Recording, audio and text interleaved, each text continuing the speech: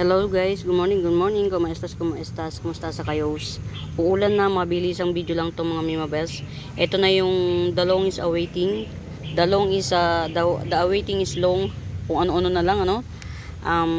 Ito na yung sinasabi ko sa inyong jewel orchids na imported.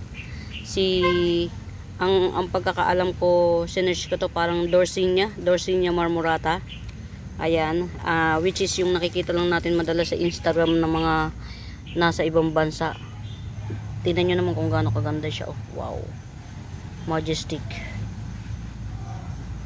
Ang ganda niya mga mimabels. Velvety siya, velvety. Mga mimabels, maliit lang to ha. Huwag nyong hanapan ng laki, maliit lang po ito. Yan. Doon sa magkakaroon ng bet, 450 lang po ang isa niyan. 450 lang ang isa. Baka ang ibigay ko lang dalawa. Akin na tong maliit. Akin na to. Ito yung pinakamaliit. Pero pwede kayong, yung mauuna, pwede kayong mamili kung anong gusto nyo. Ito mahaba. Parang pahalagay ko mga mimabes, madali lang siyang alagaan. Ayun, nakikita nyo, may node siya. Parang palabas na yung mga ugat. Yan, ito. Ang chances of winning nito, maganda to. Yan. Ito, pinakamahaba. Ito, pinakamatangkad. Ito naman, 3, 6, 7. Ito naman, hindi naman siya ganun katangkad. Pero, ayan, ang nodes niya, palabas na rin ng mga ugat.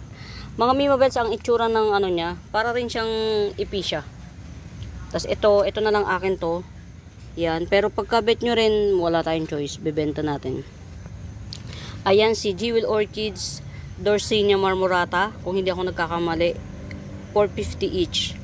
I-upload natin ang bukod to. Ito naman napasama lang kasi kasama doon sa binilhan ko. Actually, yan lang binili ko kasi mahal. At saka ito. Ito si Heartbeat. Check pa natin yung bulb niya kung may bulb siya. Hopefully meron para maparami natin.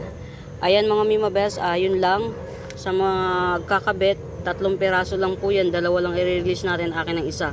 Yan si Dorsinia marmorata, 450 each. Yan. Dorsinia marmorata, 450 each. Ayan.